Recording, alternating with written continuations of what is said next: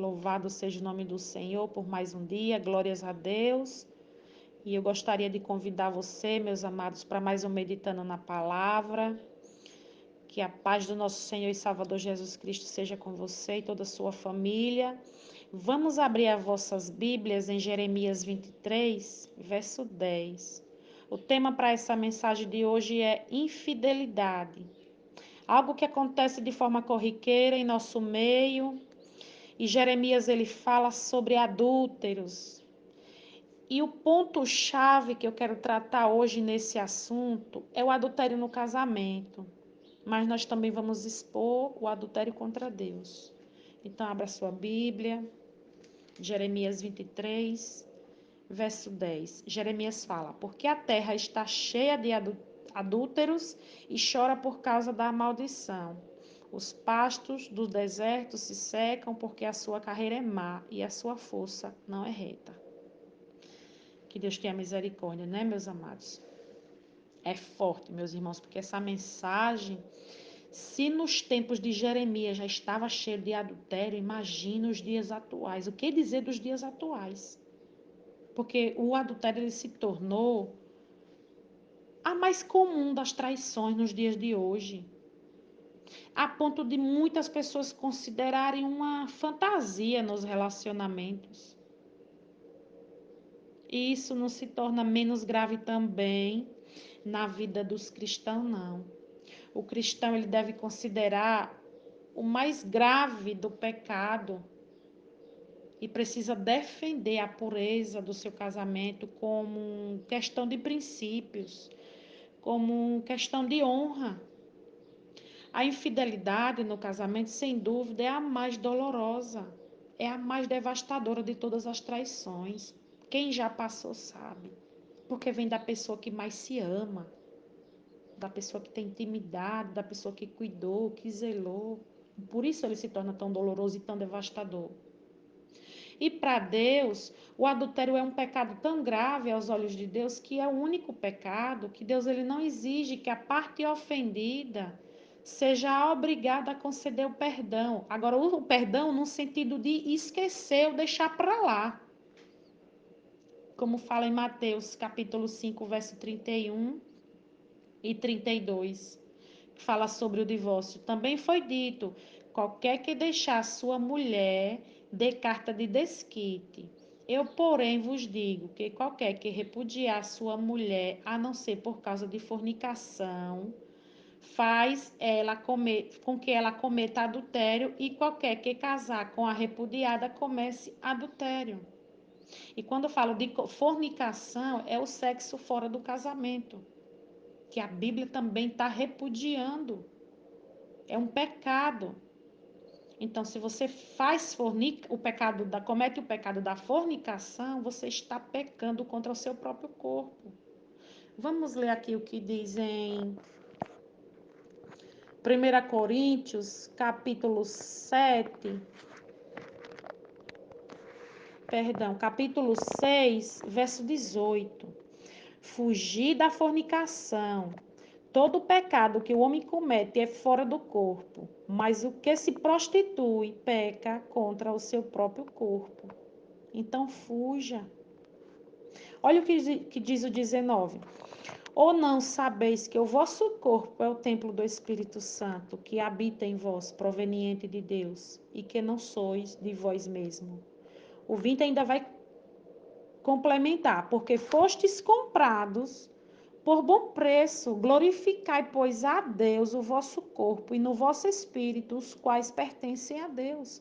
Então, nosso corpo é templo e morada do Espírito Santo, por isso que a gente precisa manter ele puro. Não se abster desses pecados, porque nós estamos cometendo pecado contra o Senhor. Porque se o nosso corpo é templo e morada do Espírito Santo, como é que o Espírito Santo vai habitar em um corpo imundo? Então, nós não podemos cometer esse pecado. Então, se você está cometendo esse pecado, fuja dele. É uma excelente oportunidade, porque se antes você não conhecia essa mensagem, hoje está chegando ao seu conhecimento. O ato sexual fora do casamento é o pecado da fornicação. E quando você começa a quando você passa a cometer de formas consecutivas, sempre acontecendo, vira algo tão natural que aí você já está cometendo a iniquidade. E você precisa fugir da iniquidade. Louvado seja o nome do Senhor. O plano original de Deus, né, ao instruir o casamento, era para que o homem e a mulher vivessem para sempre em união. Mas eles, por qualquer motivo, já queriam separar. E Jesus, ele falou: se vocês fizerem isso, vocês estarão cometendo adultério. E ao outro seria adúltero também. Então, se você olhar para alguém, se você desejar alguém, você já cometeu um adultério. Você que está casado, que tem um relacionamento, que tem seu esposo e sua esposa, olhou para alguém, desejou aquele alguém, você já cometeu adultério no seu coração. Naquela época lá, pelos rabinos, pela cultura deles, se poderiam separar por motivos banais. Mas Jesus ele deixou claro que não deveria haver divórcio somente em caso de infidelidade. E outra coisa, o adultério sempre traz consequências para a pessoa traída. Muitas consequências, muitos problemas. E muitas vezes difícil de ser superado. Traz mais do que para o traidor. Porque a pessoa traída, ela experimenta mais a forte decepção, a rejeição, a inferioridade. Louvado seja o nome do Senhor. E para resolver essa situação, só buscando a presença do Senhor Jesus Cristo.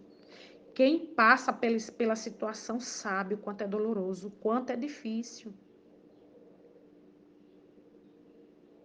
Siga alguns passos, avalie os seus sentimentos antes de você chutar o balde. Ponha tudo em pratos limpos. Porque geralmente quando você é traído, quando você é traída, a primeira coisa que vem na mente é separar. Mas será que isso é a solução? A gente precisa analisar, como diz a história, o texto e o contexto.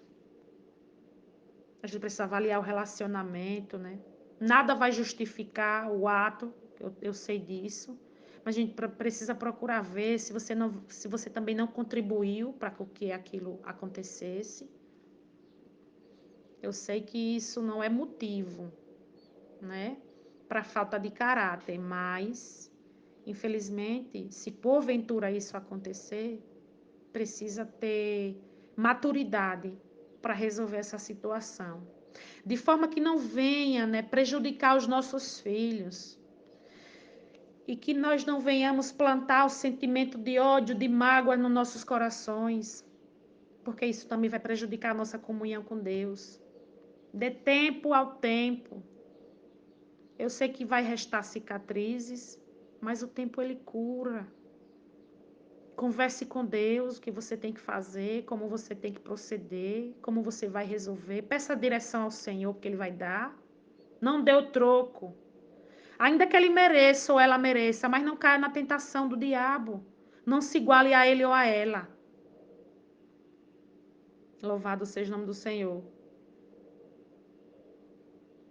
Glórias a Deus. É difícil passar por essa situação. Eu fico em tempos e tempos imaginando a situação de um homem com uma mulher que entra nesse ato pecaminoso do adultério. O quanto que sofre as crianças. Para onde vai, com quem fica. Separação de casa, de bens materiais. Muda a rotina totalmente da família. É algo muito devastador. Por isso que precisa ser algo pensado, repensado, se vier na mente para fazer. Pedir forças a Deus para não cometer, para não cair nesse ato. Por mais que seus olhos sejam atraídos por algo que está tirando seu sono, mas você precisa imediatamente entrar em jejum e oração constantemente para vencer esse mal. Louvado seja o nome do Senhor.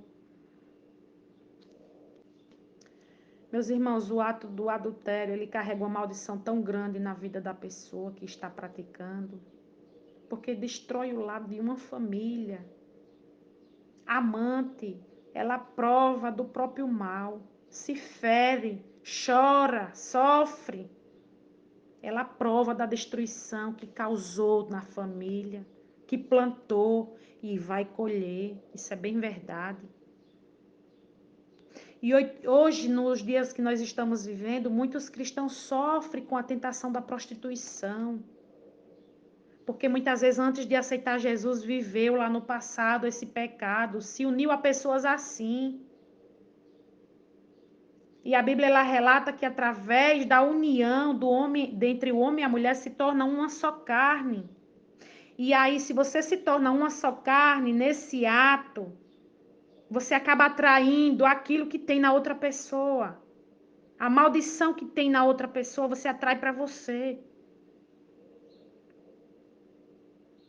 E se torna uma só carne. O homem e a mulher, quando entra no ato sexual, eles se tornam uma só carne. Então, o que tem no um passa para o outro, o que tem no outro passa para o outro. É algo espiritual. Se a pessoa estiver cheia de demônios, os demônios vão para cima de você também. E é por isso que acontece tanta destruição na vida daquelas pessoas que entram no ato pecaminoso. Quando se deita com outro. Os demônios que estão nela passam tudo para a sua vida. E sua vida começa a ficar bagunçada de uma forma tão terrível que os problemas começam a acontecer um atrás do outro. Eu quero alertar você nesse dia, não caia nesse pecado. Sexo fora do casamento, por Deus, é constituído um pecado. E para haver uma libertação só através do Espírito Santo, só através de uma vida consagrada ao Senhor. Seja fiel, o homem, a mulher, seja fiel um ao outro.